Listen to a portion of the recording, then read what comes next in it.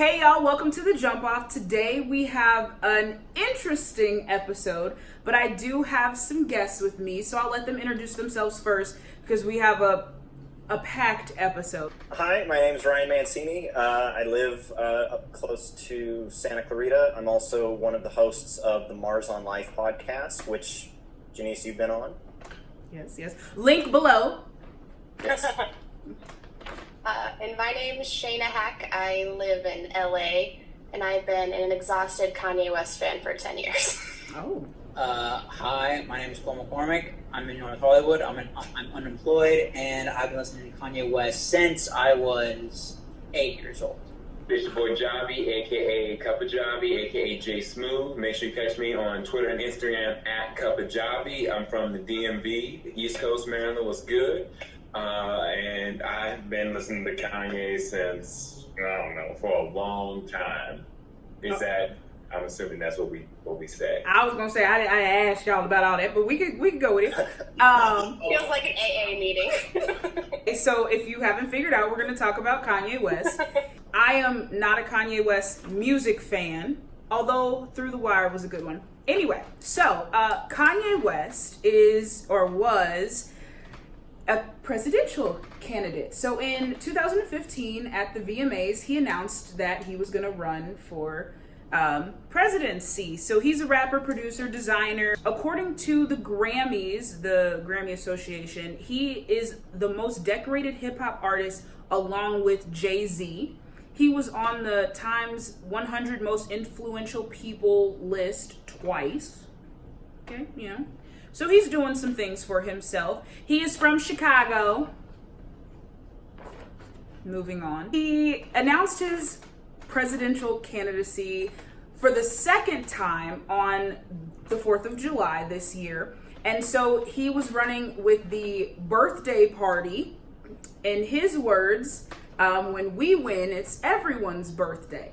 So he has since pulled himself out of the race. So you're supposed to have I think it was 180,000 signatures to get him onto Florida's ballot. He didn't get that. Actually, before we get into any of that, I just ask that everybody give respect. We're not going to be on here arguing. This ain't Love and Hip Hop. I'm going to moderate, might throw a side eye or two in there. My first question for you all is, would you vote for Kanye? Why or why not? My answer is no. And I just think it really comes down to qualification and if he is even qualified to run this country.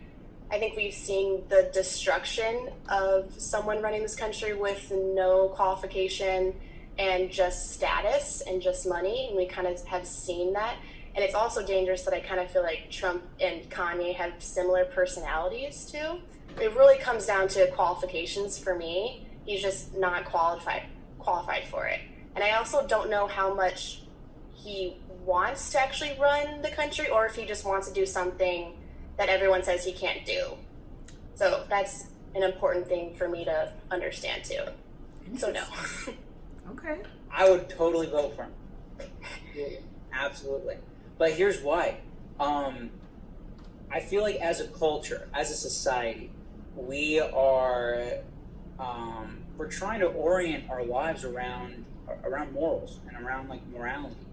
We're more willing to buy from a certain company if we know that they do something well for the environment or they might do something for a certain community that we might be a part of, and we're less willing to do things where companies do the opposite, like Chick-fil-A with the owner of Chick-fil-A. So I feel like Kanye represents him announcing he's running for president. He's been honest about his experience his entire life throughout all of his music, and I feel like we're experiencing just a wave of transparency, and I feel like a leader like Kanye, somebody who's totally open about what they're going through, about their mental illness, about their ego, I feel like that would just be totally more helpful because everybody has an ego and everybody tries to control their lives. But we're just not realizing how connected this whole thing is. Well, I'm probably going to have to agree with Shayna.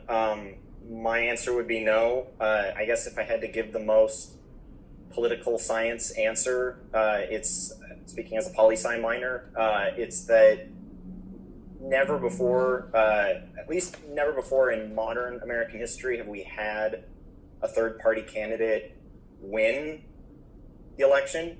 Ross Perot was very, very close. He was able to run on a third-party platform that got him to the debates with Bill Clinton and George H.W. Bush in 1992. But he ended up sort of becoming the butt of a lot of jokes, especially on like Saturday Night Live, which if you haven't seen Dana Carvey do Ross Perot, it's some of the best Saturday Night Live you'll ever see. It's on the same level as have more cowbell, baby. But, you know, to say that you're going to run on a birthday party platform when you already have a very proven history of being very supportive of the current chief executive who, you know, it just becomes very problematic if people would actually take him seriously. And if he took it seriously enough to show up on a debate stage or even a virtual town hall, say coronavirus didn't exist, it would be way too hard for me to see people ask him questions about what are you going to do about renewable energy? What are you going to do about immigration? What are you going to do about Afghanistan? And, you know, if his source for guidance are faith leaders and Kardashians, I have a bad feeling about all this. He's not running, but I would say that if that were the case. And I agree with both Ryan and Shayna. I absolutely would not vote for him. In addition to some of the points that they have made, I just believe one of the things about Kanye has been very out of touch, both with the general political climate, but also the social climate and just his social awareness and his perspective on issues. Definitely would not allow me or really persuade me to vote for him at all. Simply put. I'll join in for this part.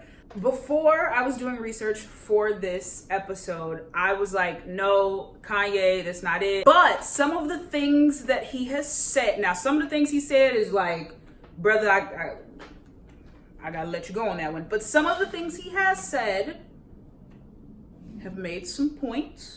This made me think, in 2015, everybody was all gun-ho for Kanye. But now all of a sudden, everybody's like, no. Do you agree with a vote for Kanye is a vote for Trump? Do we think it was like a political stunt or a publicity stunt? As we have said, as some people have said, Kanye was in support of Trump, MAGA hat and all. Anyway. Because I, at first, thought for sure that's what that meant. I just had a hard time believing that Republicans would go against Trump because it seems like they really like him for some reason. And so I just had a hard time believing that they were going to leave Trump to vote for anybody else. Mm-hmm. But then I looked at some polls that were taken, and it seemed like once Kanye West, on a last name basis, once Kanye West entered the race, Trump's polling went down. So it was at 40%, and then it went down to 39%. And Kanye West was at 2%. Mm-hmm. Biden was like 48%. So Biden's number stayed the same, whether West, but I keep saying West, Kanye West was there or not. So according to the polls, it seems like he's actually helping Biden and losing Trump votes, which doesn't make sense to me. So it's hard for me to take away something like, I just feel like Republicans wouldn't vote for Kanye versus numbers. Like, I don't know which one to believe. So I guess I'm on the fence. Doesn't it just make sense? Like, shouldn't we as a culture just get behind a third party candidate? Like, who freaking cares about Republican or Democrat? I was reading the article Kanye did with Forbes a few days ago, last week, and he mentioned about how when it comes to his philosophy with dealing with issues, he said it wasn't going to be about a policy. He said he was going to design something better, design a better country. in the service of God. And I like fell in love with that idea because he has put his heart and soul into two different fields, and he's designed incredible fields of music. And he's designed, some people think are weird clothes, but like at the same time, like he's designing like very interesting looking clothes. He's creating a new type of clothing line, basically. Like it's a new way of wearing stuff.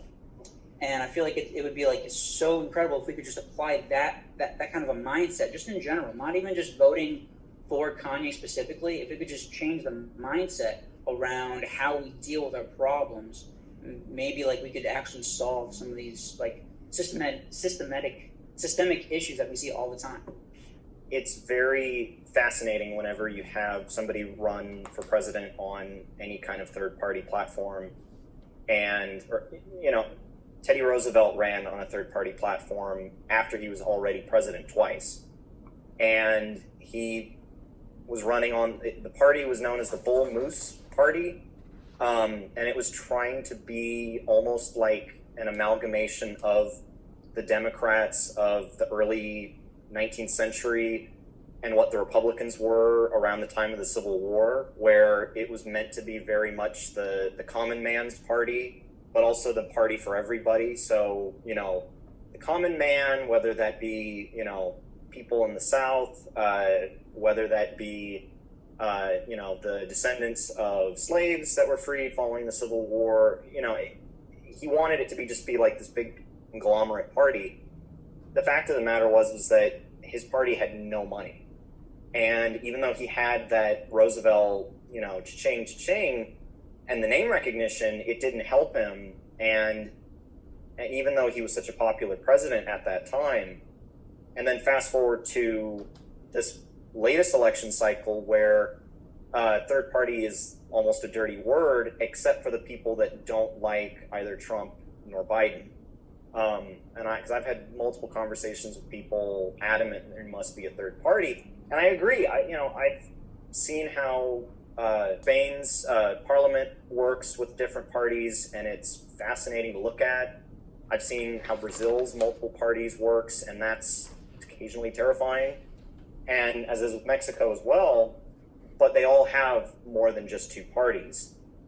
In this go around, it just gets frustrating because the stakes are probably the highest they've ever been, even though every election you're told this is the one that counts.